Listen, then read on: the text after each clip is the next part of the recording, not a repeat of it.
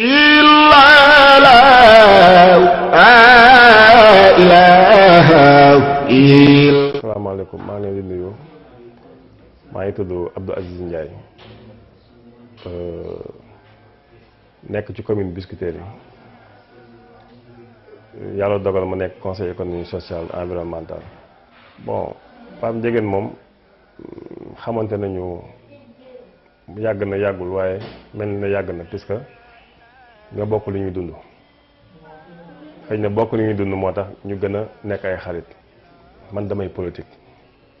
moom politiqueul waaye dañ bokk mbirum diine. jàng yu mës a def fii ci commune Biscuiterie yi dama ciy participer parce que man lépp lu jëm ci diine rek ci laay yëngu. politique bi dama ko jël féetali sam bopp ci mbirum diine. kenn du ma invité sabar kenn du may invité yëfu caaxaan même bu dee ci politique mbirum diine lay lijjanti. Pape Ndiéguène nag ma defoon benn journée daaw jéeg bu am solo muy benn consultation gratuite ay taalibe ak may leen ay doom mu jàppoon ci maag moom ñu liggéey ci bu baax a baax a baax moo tax lépp lu muy def ci mbirum diine dañ ci ànd liggéey waaw moom daal dañuy jàppante man ak moom nekk sama xarit sama rak lépp lu muy def aussi dama koy wax ma wax ci sama xalaat. bokk naa si ñi ko xelal danaa ko nit booy def dara muy avancé da nga koy gën a avancé woo wax dëgg yàlla dañ ko war a roy lu bari parce que li mu bëgg a def nii bokk na ci gën a xamal nit ñi kan mooy maamam te maamam boo tuddee kees rek pratiquement ñu ci bari dañuy jaar ci santam loolu moom seetlu naa ko ci Sénégal même ku dëkkul kees boo tuddee Ndiéguène rek seen xel yëpp day dem ci kees loolu yàlla moo koy def donc Pape aussi mu ngi ciy bay waaram ci beneen façon mooy ci xam nga mag ñi dañ fi nekk kurus ga seetal ga waaye ñoom dañ ñëw moderniser yëf yi te wax dëgg yàlla ak nouvelle technologie yi am léegi day baax ñoom xale yi ñu am beneen taxaw yu bees yoo xam ne noonu la ñuy organiser seeni journée waaw parce que l'islam aussi du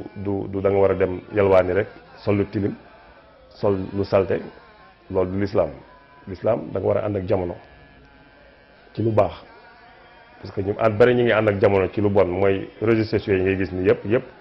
l'islam da ci war di participer ci lu baax moo tax li muy def nii initiative bu bees la aussi lu am solo la daal te dina gën a yenn ñi ci diine aussi. non ci mbokk taalibeem bu bokkal Bouchra mu jaar Bouchra ma jaar Bouchra képp ñëpp xam nañ Bouchra Kaolack sëñ Ahmed Ndiaye Bouchra kooku ñëpp xam nañ ko ci diine donc Pape Ndiéguène ñi jaar na fa man aussi jaar naa xëy na maa ko fa jiitu waaye moo tax ñu bokk pas-pas daal te fas yéene naa ci liggéey ak moom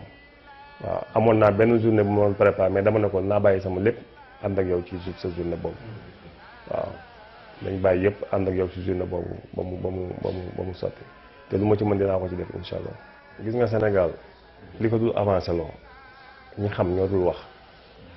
c'est-à-dire que ñii politique nañu politique sama classe ki ñi nga xam ne xamuñu dara nañu noppi c'est-à-dire que aussi ñi war a wax tam dañu war a wax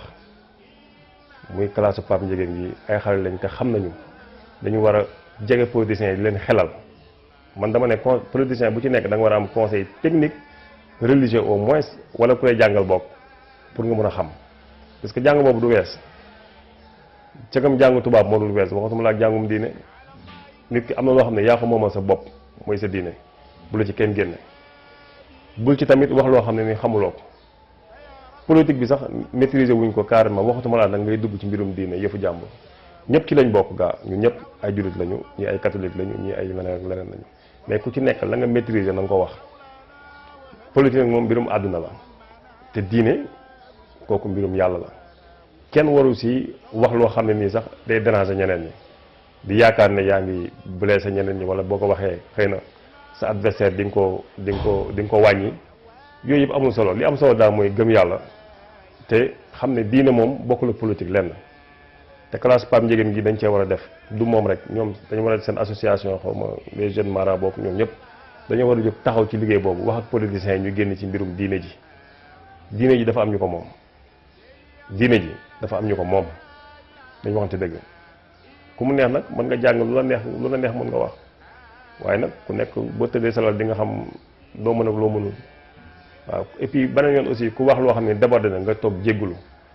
parce que l'islam tam bañu loolu nga juum ne juum naa ñu di gàggante la nga continuer ak nit ñi mel na nga meloon mais man daal li ma gis moom rëy moo baaxul yàlla moom bañul kuy tooñ mais boo tooñee na nga jéggulu àndaat ak askan bi xam nga mën a reprendre la nga ñàkkoon loolu laa ci gis mais rëy moom moo baaxul ci doomu aadama waaw te rëy lu koy indi rek li koy indi mooy dugg ci loo xamul loo maîtriser wu waaw bi njëkk nii woo sama mbokk taalibe yi ñëpp su ma nee taalibe aussi ministre am na ay taalibe am na ñoo xam ne ay taalibe lañ am na ñoo xam ne nii